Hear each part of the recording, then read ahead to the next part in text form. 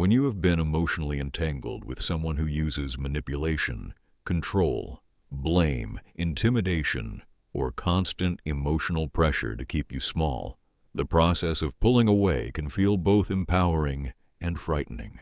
One of the most searched questions people ask during this stage is how to tell when a narcissist is losing control over you.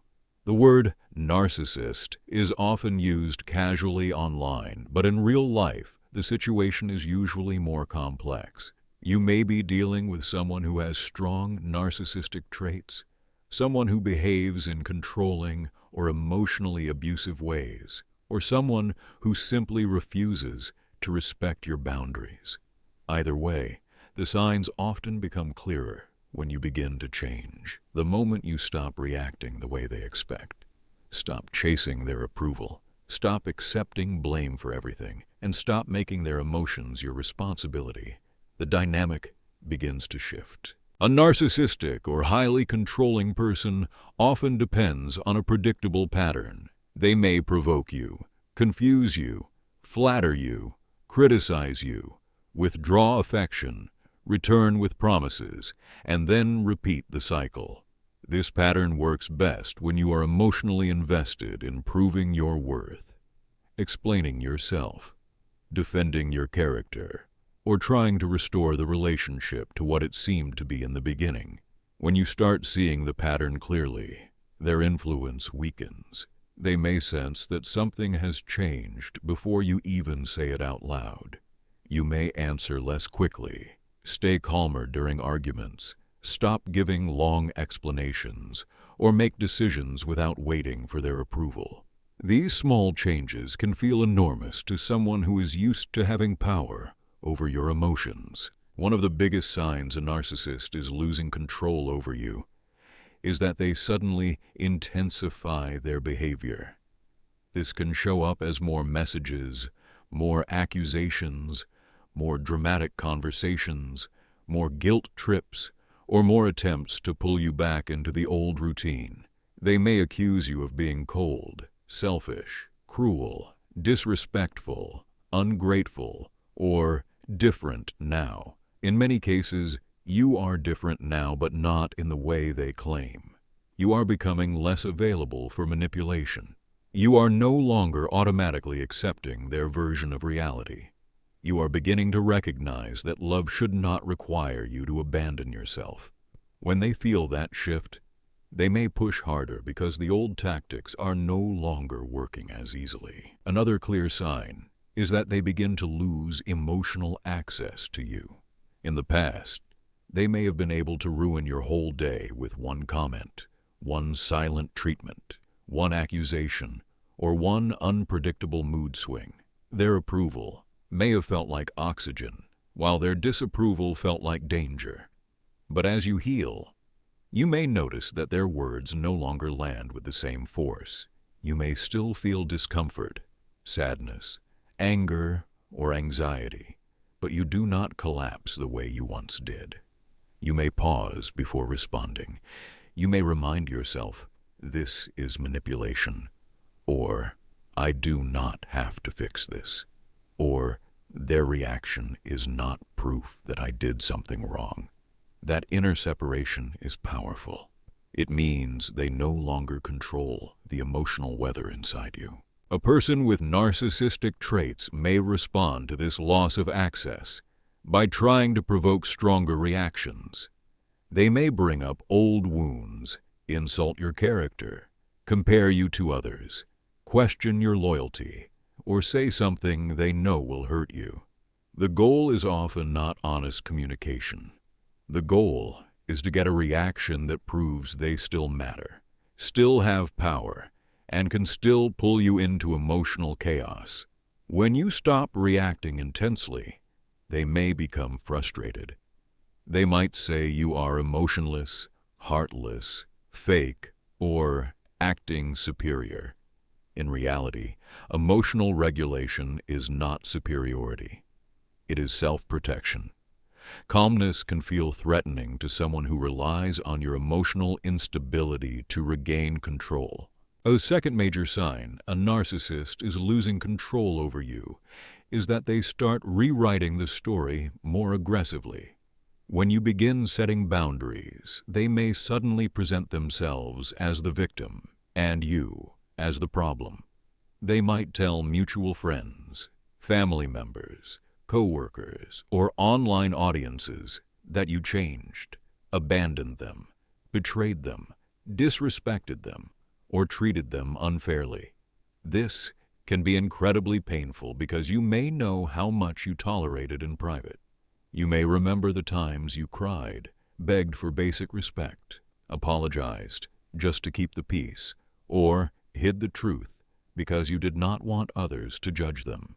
Then, when you finally step back, they act as if your boundary is the first offense. This rewriting of the story often happens because your silence, distance, or independence threatens the image they want to maintain. If they can convince others that you are unstable, cruel, bitter, jealous, or dishonest, they can avoid accountability and protect their reputation. This is sometimes called a smear campaign. It does not always look dramatic. It may be subtle. They may say, "I'm worried about them. They've been acting strange. I tried everything." Or, "No one knows what I went through." The message underneath is often the same. They want people to doubt your version before you even share it. When a controlling person loses private influence, they may seek public influence. The best response is usually not to chase every false story. That does not mean you should never defend yourself. In some situations, especially where work, custody, legal issues, or safety are involved, documentation and direct clarification matter. But emotionally, it is important to understand that a person who is losing control may try to exhaust you by forcing you to defend your character over and over again. They want you back in the courtroom of their narrative, pleading your case. Healing often requires accepting that some people may believe their version. That can hurt deeply, but your peace cannot depend on convincing everyone. The people who truly know your character will watch your consistency over time. A third sign is that they suddenly become charming again. This can be confusing because many people expect loss of control to look like anger, but it can also look like affection, nostalgia, romance, apologies, gifts, compliments, or promises. If you have been pulling away, they may return with the version of themselves you fell for in the beginning. They may say they finally understand. They cannot live without you. They are ready to change, or they now realize how much you mean to them. They may bring up private memories, use your favorite words, send emotional songs, offer dramatic apologies, or promise therapy, marriage, commitment, honesty, or a fresh start. This stage can be difficult because not every apology is fake, and not every person who behaves badly is incapable of growth. The key is not whether they say the right thing once. The key is whether they show consistent accountability over time, without demanding immediate access to you again. A genuine apology respects your boundaries. A manipulative apology tries to erase them. A genuine apology includes changed behavior, even when you are not rewarding them.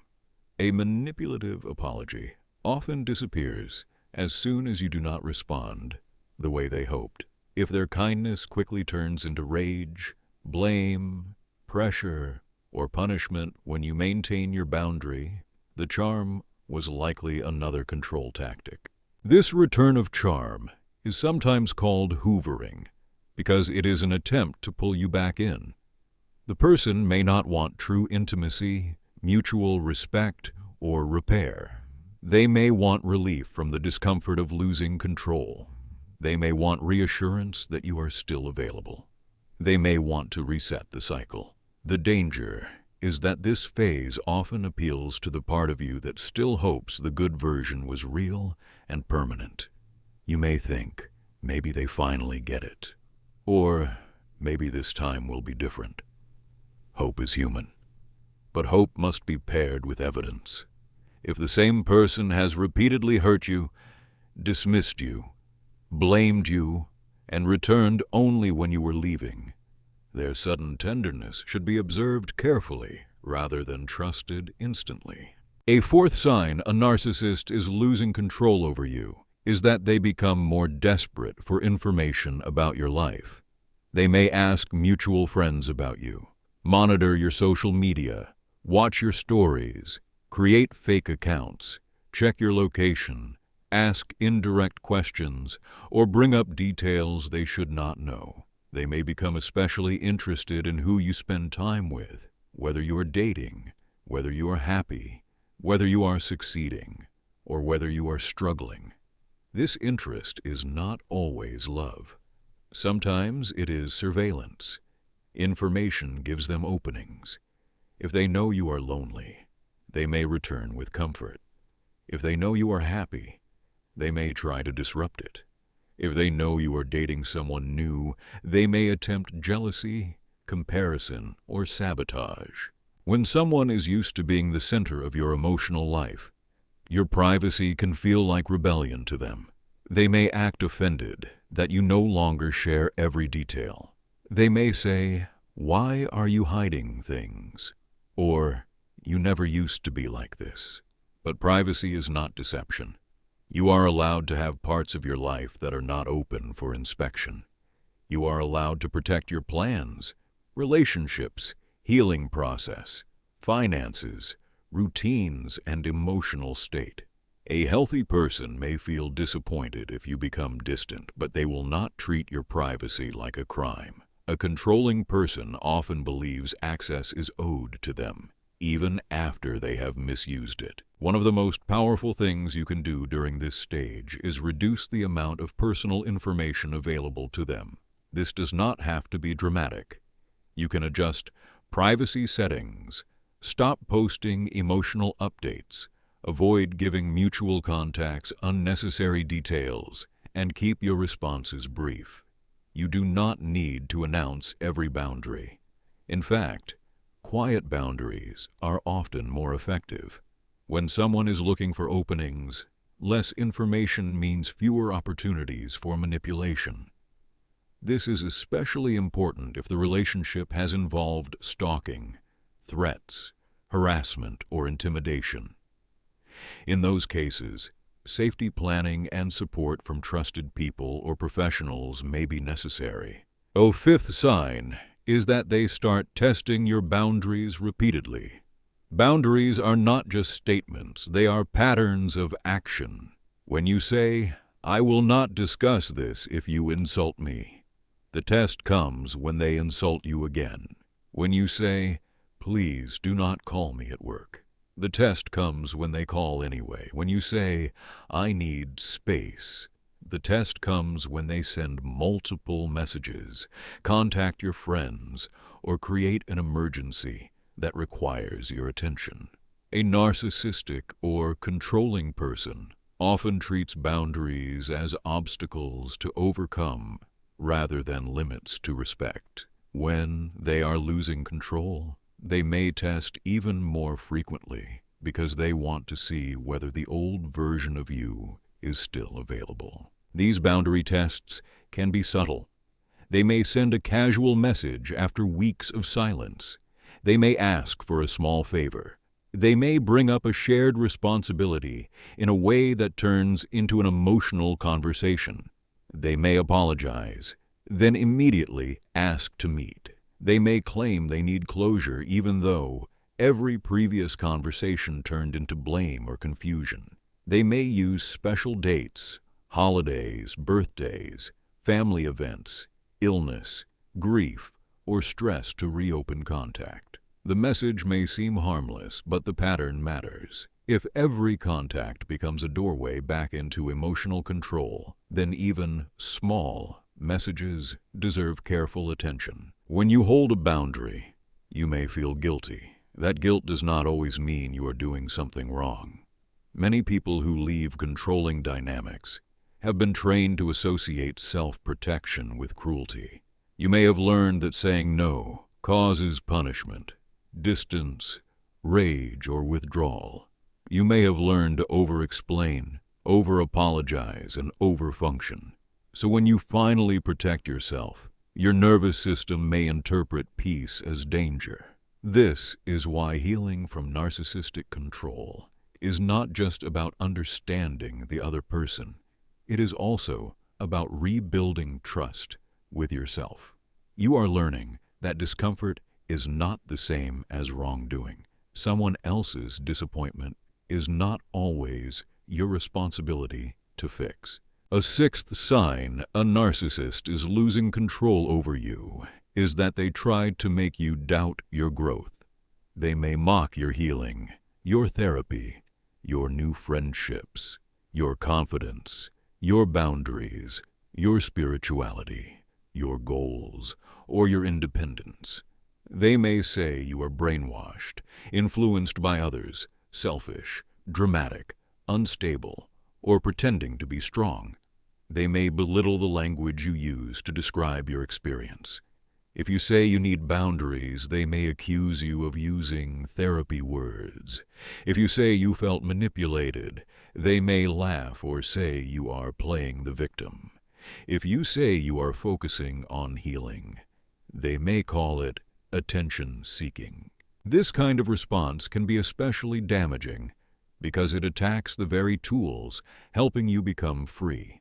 If therapy, journaling, education, supportive friendships, or self-reflection have helped you see the relationship more clearly, a controlling person may try to discredit those tools.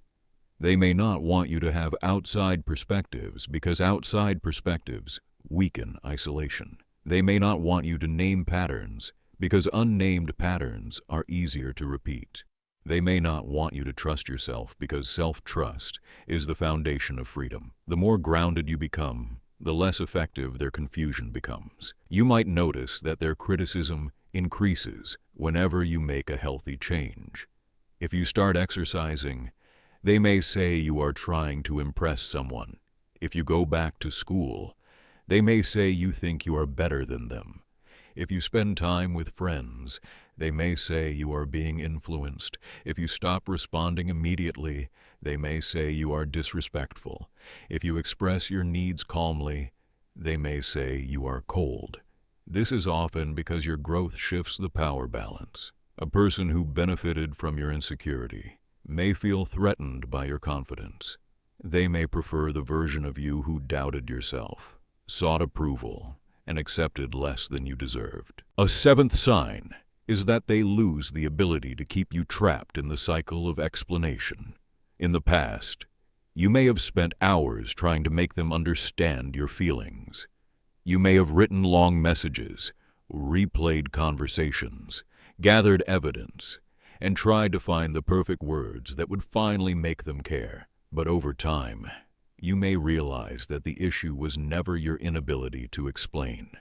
The issue was their unwillingness to listen with empathy and accountability. When you stop explaining yourself to someone committed to misunderstanding you, a major part of their control disappears. This does not mean communication is useless in every conflict. Healthy relationships require honest conversation. But in a manipulative dynamic, explaining often becomes a trap. Every point you make becomes another point to debate. Every feeling you share becomes evidence against you. Every boundary becomes a negotiation. Every memory becomes something they deny, minimize, or twist. You leave the conversation feeling drained, confused, and somehow responsible for repairing the damage they caused. When you finally say less, respond less, or refuse to debate your reality, you are reclaiming your energy. One of the most liberating moments in recovery is realizing that you do not need the other person to agree with your boundary for it to be valid. You do not need them to admit they hurt you before you are allowed to step away. You do not need them to approve your healing. You do not need them to understand your pain perfectly before you protect yourself. Closure may not come from their confession. It may come from your decision to stop abandoning yourself for the possibility of being understood by someone who benefits from your confusion. These 7 signs often overlap. A narcissistic or controlling person may intensify their behavior, rewrite the story, become charming, seek information, test boundaries, mock your growth, and provoke explanations all at once. This can make the process feel chaotic. One day they may be loving, the next day they may be cruel.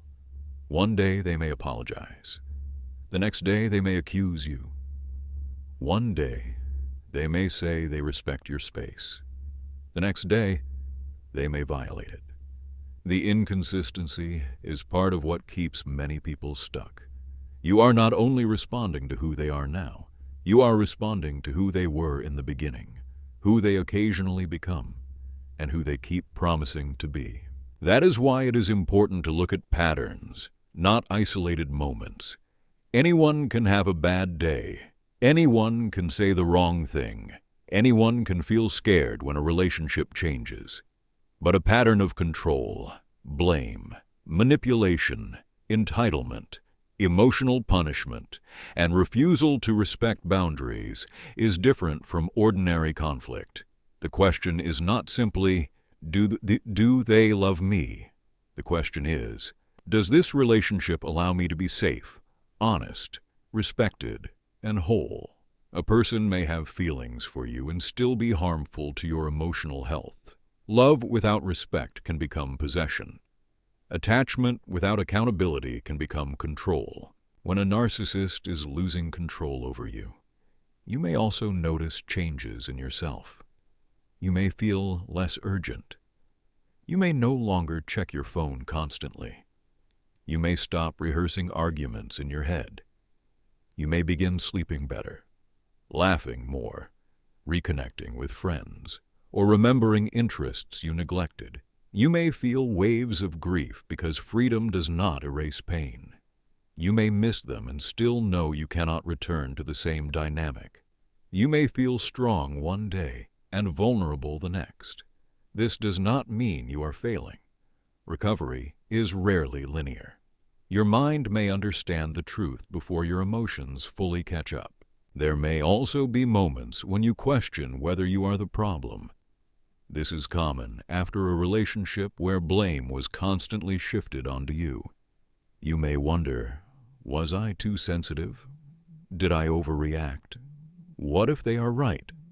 What if I should have tried harder? Self-reflection is healthy, but self-erasure is not. A helpful question is, am I examining my behavior to grow, or am I taking responsibility for everything because that is what I was trained to do? In healthy self-reflection, you can acknowledge mistakes without accepting abuse. In trauma-driven guilt, you make yourself responsible for another person's choices, emotions, and patterns. If the person senses that guilt still works, they may use it. They may bring up everything they did for you, every vulnerable moment they shared, every mistake you made, or every promise you once believed in. They may say you are abandoning them, destroying the family, giving up too easily, or proving you never cared. These statements can feel powerful because they target your compassion. Many people who end up controlled by narcissistic individuals are not weak. They are empathetic, hopeful, forgiving, and willing to work hard for love. Those qualities are beautiful, but without boundaries, they can be exploited. A key part of breaking free is learning the difference between compassion and access. You can have compassion for someone's wounds without giving them continued access to harm you. You can hope they heal without being the person they practice accountability on. You can wish them well without returning to a relationship that cost you your peace. You can understand why someone became controlling without excusing the control. Their past may explain their behavior, but it does not make you responsible for enduring it. When you stop giving unlimited access, The person may accuse you of being cruel. This accusation can be especially hard if you have spent months or years trying to be patient. But boundaries often feel cruel to people who benefited from your lack of them. Saying no may feel like rejection to someone who expects compliance. Silence may feel like punishment to someone who expects emotional availability on demand. Distance may feel like betrayal to someone who believes your life should remain centered around them.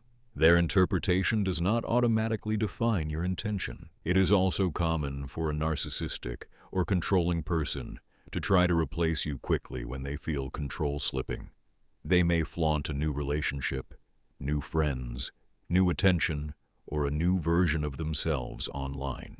This can be painful, especially if they seem to offer someone else the kindness, commitment, or public affection you begged for. But public performance is not the same as private change. Sometimes the new display is meant to provoke jealousy, punish you, or prove they are unaffected. Sometimes they are seeking a new source of validation because they lost access to yours. The healthiest response is not to compete with an image. You do not know the full reality behind what they show. You may also see them attempt a sudden transformation. They may become spiritual, charitable, emotionally intelligent, successful, or socially admired in visible ways. Growth is possible for people, but true growth includes humility, accountability, and respect for those they hurt. If their transformation is mainly used to make you look unreasonable, win admiration, or pull you back in, it may be image management rather than healing. Watch whether they respect your boundaries when there is nothing to gain. Watch whether they take responsibility without demanding praise. Watch whether they change patterns privately, not just publicly. One of the most important things to remember is that losing control over you does not always mean they will leave quietly. Some people move on when control is gone. Others escalate. If there has been abuse, stalking, threats, coercion, financial control, physical intimidation, or any fear for your safety, prioritize support. Save messages, document incidents, tell trusted people what is happening, and consider professional guidance. Emotional abuse can become more dangerous when the person realizes the old tactics no longer work. You do not need to handle that alone. Your safety matters more than being polite, fair, or understood. In less dangerous situations, the main challenge may be emotional discipline. You may want to respond to every accusation. You may want to explain your side. You may want to prove you are not who they say you are. You may want to make them feel the pain they caused. These urges are normal, but they can keep you attached. Every unnecessary response can restart the cycle. Every emotional debate can reopen the wound. Every attempt to win their understanding can pull you back into their frame. Sometimes, the most powerful response is a brief, calm statement followed by consistent action. Sometimes it is no response at all. This is where the gray rock approach can be useful in some situations. Gray rock means becoming emotionally uninteresting to someone who feeds on reactions. You keep communication brief, factual, and low emotion, especially when contact is necessary because of children, work, shared property, or legal matters. You do not share vulnerable details. You do not argue about character. You do not defend against every insult. You focus on logistics. This approach is not about being rude. It is about refusing to provide emotional fuel. However, if the person is dangerous or escalating, safety planning is more important than any communication technique. Another useful strategy is written clarity. When you are recovering from manipulation, your mind can become foggy after contact. You may feel sure of your boundary before a conversation, then confused afterward. Writing down your reasons for creating distance can help you stay grounded. Include specific patterns, not just feelings. Write down what happened, how often it happened, how it affected you, and what you need now. When nostalgia hits, read your own words. Memory can soften painful events when you miss someone. Documentation can remind you why peace became necessary. Supportive relationships are also essential. Narcissistic control often thrives in isolation. You may have stopped telling people the truth because you felt embarrassed, protective, or afraid they would not understand. Reconnecting with safe people can help reality return. Choose people who listen without forcing you to move faster than you are ready. Choose people who respect complexity but do not minimize harm. A good support system will not shame you for missing the person, but they also will not encourage you to ignore the pattern. Healing requires both compassion and honesty. As you become stronger, you may notice that the person's tactics become more obvious. What once felt confusing may start to feel predictable. The guilt trip arrives after the boundary. The apology arrives after the distance. The insult arrives after the calm response. The public performance arrives after the private loss of access. This recognition can be painful because it reveals how long the cycle operated. But it is also freeing. Once you can name the pattern, you are less likely to be controlled by it. Awareness creates space between stimulus and response. In that space, you can choose yourself. Still, do not be surprised if healing includes grief. You are not only grieving the person, you may be grieving who you thought they were, who you were with them, the time you spent trying, the dreams you built, the version of the relationship that seemed possible, and the parts of yourself you suppressed to keep it alive. Grief does not mean the boundary is wrong. Missing someone does not mean they are safe. Feeling sad does not mean you should go back. It means you are human. The heart can take longer to release what the mind has already recognized. CEO articles about the signs a narcissist is losing control over. You often focus on the other person's behavior, but the deeper story is your return to yourself. The most important sign is not their anger, charm, panic, or smear campaign. The most important sign is that you are no longer organizing your life around their reactions. You are beginning to ask different questions. Instead of asking, "How do I make them understand?" you ask, "What do I need to feel safe?" Instead of asking, "How do I get back to the good times?" you ask, "Were the good times part of a consistent pattern of respect?" Instead of asking, "Why are they doing this?" you ask, "What will I do to protect my peace?" That shift is everything. Control depends on your participation, even when that participation was created through fear, guilt, confusion, love, or hope.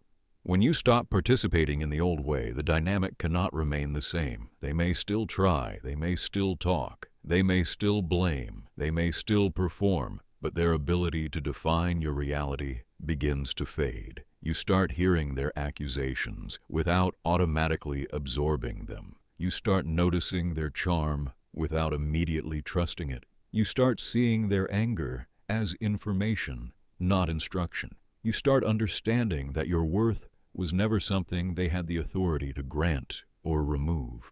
A narcissistic person losing control may act as if your independence is an attack. It is not. Your healing is not revenge. Your boundary is not cruelty. Your peace is not betrayal.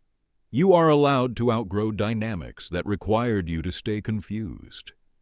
You are allowed to stop explaining yourself to someone who uses your explanations against you. You are allowed to protect your emotional life from someone who repeatedly mishandled it. You are allowed to choose relationships where love does not feel like a constant test. In the end, the 7 signs a narcissist is losing control over you are not just warnings about their behavior. They are markers of your progress.